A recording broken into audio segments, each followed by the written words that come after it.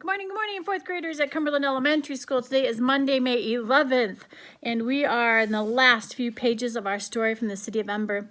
If you remember correctly, they went up that path and they walked into a new world. The moon was shining, although they didn't call it the moon. You know, the grass, the birds, the bugs, it looked like and felt like it and smelled like a beautiful new world to Dune and Lena and Poppy. Okay, chapter 20 is called The Last Message. Friday. They tell us we leave tonight. I knew it would be soon. The training has been over for nearly a month now, but still it feels sudden. It feels like a shock. Why did I agree to do this? I'm an old woman, too tired to take up a new life. I wish now that I'd said no when they asked me. I have put everything I can into my one suitcase. Clothes, shoes, a good wind-up clock, soap, an extra pair of glasses. Bring no books, they said. Bring no photographs. We have been told to say nothing ever again about the world we came from, but I am going to take this notebook anyway. I am determined to write down what happens someday, somewhere, someone may need to know. Saturday. I went to the train station yesterday evening as they told me to and got on the train they told me to take. It took us through Spring Valley and I gazed out the windows at the fields and houses of the place I was saying goodbye to. My home, my family's home for generations. I rode for 2 hours until the train reached a station in the hills, and when I arrived, they met me, 3 men in suits, and drove me to a large building where they led me down a corridor into a big room full of other people, all with suitcases, most with gray or white hair. Here we have been waiting now for more than an hour. They have spent years and years making this plan. It's supposed to ensure that no matter what happens, people won't disappear from the earth. Some say that will never happen anyway. But I'm not sure. Disaster seems very close. Everything will be all right, they tell us, but only a few people believe them. Why, if it's going to be all right, do we see it getting worse every day? And of course, this plan is proof that they think the world is doomed. All the best scientists and engineers have been pulled in to work on it. Extraordinary efforts have been made, efforts that would have done more good elsewhere. I think it's the wrong answer, but they asked me if I would go. I suppose because I spent my life on a farm and I know about how to grow food. In spite of my doubts, I said yes. I'm not sure why. There are 100 of us, 50 men, 50 women. We are all at least 60 years old. There will be 100 babies too, 2 babies for each pair of parents. I don't know yet which one of these gentlemen I'll be matched up with. We are all strangers to one another. They planned it that way. They said there would be fewer memories between us. They want us to forget everything about the lives we've led and the places we've lived. The babies must grow up with no knowledge of the outside world so that they feel no sorrow for what they have lost. I hear noises across the room. I think it's the babies arriving. Oh, yes, here they come, each being carried by one of those gray-suited men. So many of them, so small. Little scrunched-up faces, tiny fists waving. I must stop for now. They're going to pass them out. Later. We're traveling again, on a bus this time. It is night, I think, though it's hard to be sure because they have boarded up the windows of the bus from the outside. They don't want us to know where we're going. I have a baby on my lap, a girl. She has a bright pink face and no hair at all. Stanley, who sits next to me, holds a baby boy with brown skin and a few tufts of black hair. Stanley and I are the keepers of these children. Our task is to raise them in the new place we're going to. By the time they are 20 or so, we'll be gone. They'll be on their own, making a new world. Stanley and I have named these children Star and Forest. Sunday. The buses have finally stopped, but they have not allowed us to get out yet. I can hear crickets singing and smell the grass, so we must be in the country and it must be at night. I am very, very tired. What kind of place can this be, safe from earthly catastrophes? All I can guess is that it must be underground. The thought fills me with dread. I'll try to sleep a little now. Later. There was no chance to sleep. They called us off the buses, and we stepped out into the landscape of rolling hills and full moonlight. That's the way we'll be going in, they told us, pointing to a dark opening in the hill we stood on. Form a line there, please. Form a line. We did so. It was very quiet except for the squalling of a few of the babies. If the others were like me, they were saying goodbye to the world. I reached down to touch the grass and breathed deeply to smell the earth. My eyes swept over the silver hills, and I thought of the animals prowling softly in the shadows or sleeping in their burrows, and the birds standing beneath the leaves of the trees with their heads tucked under their wings. Last I raised my eyes to the moon, which smiled down on us from a long, cold distance away. The moon will still be here when they come out, I thought. The moon and the hills at least.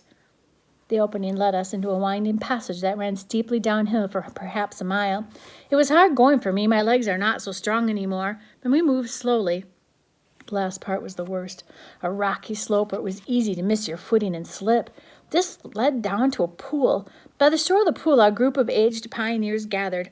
Motorboats were waiting here for us, equipped with lanterns. "When it's time for people to leave this place, this is the way they will come?" I asked our pilot, who has a kind face, and he said yes. "But how will they know there's a way out? If no one tells them," I said, "how will they know what to do?" "Well, they're going to have instructions," said the pilot. "They won't be able to get at the instructions till the time is right. But when they need them, the instructions will be there." "But what if they don't find them?" I asked. "What if they never come out again?" "I think they will. People find a way through just about anything." That was all he'd say. I'm writing these notes while our pilot loads the boat. I hope he doesn't notice me. "It ends there," said Lena, looking up. "He must not have noticed," said Dune, "or she was maybe afraid he would, so she decided to hide it instead of taking it with her." "She must have hoped someone would find this." "Just as we did," he pondered, but we might not have if it hadn't been for Poppy." "No," said Lena, "and we wouldn't have known what we came from here." The fiery circle had moved up in the sky now, and the air was so warm that they took off their coats. Absently, Dune dug his finger into the ground, which was soft and crumbly. "But what was the disaster that happened in this place?" he said. "It doesn't look ruined to me." "It must have happened a long, long time ago," said Lena. "I wonder if people still live here."